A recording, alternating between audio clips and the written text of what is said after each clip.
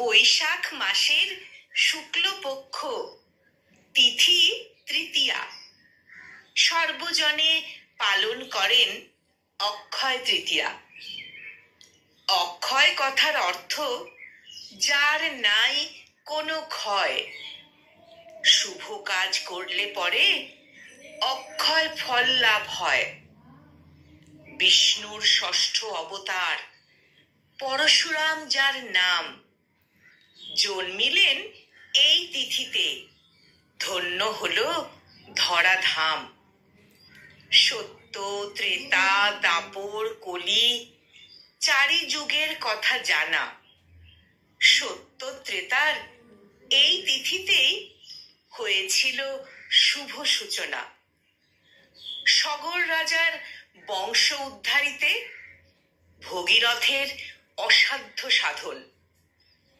এই পুণ্য তিথিতে গঙ্গার মর্তে আগমন। কৃষ্ণ দ্বৈপায়ন বেদব্যাস পেয়ে অনুপ্রেরণা এই তিথিতেই মহাকাব্য মহাভারত শুরু করেছিলেন রচনা। যেথা মধুর বংশী বাজে যমুনা পুলিনে শ্রীধাম বৃন্দাবন, সেথা রাধা কৃষ্ণের যুগল চরণ এই তিথিতেই হয় দর্শন। সোনা দানা দ্রব্য সামগ্রী এই তিথিতে কিনলে পরে সবার হয় লক্ষ্মী লাভ, ধন সম্পদে যায় ভরে।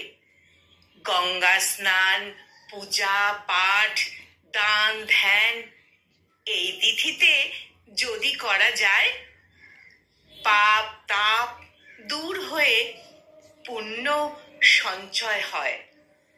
ধর্মরাজ যুধিষ্ঠিরে সখা কৃষ্ণ ভগবান শোনাইলেন এই তিথির মাহাত্ম্য কথন। যাগ যজ্ঞ দান ধ্যান ভজন পূজন করলে হয় পাপ নাশ পুণ্যার্জন।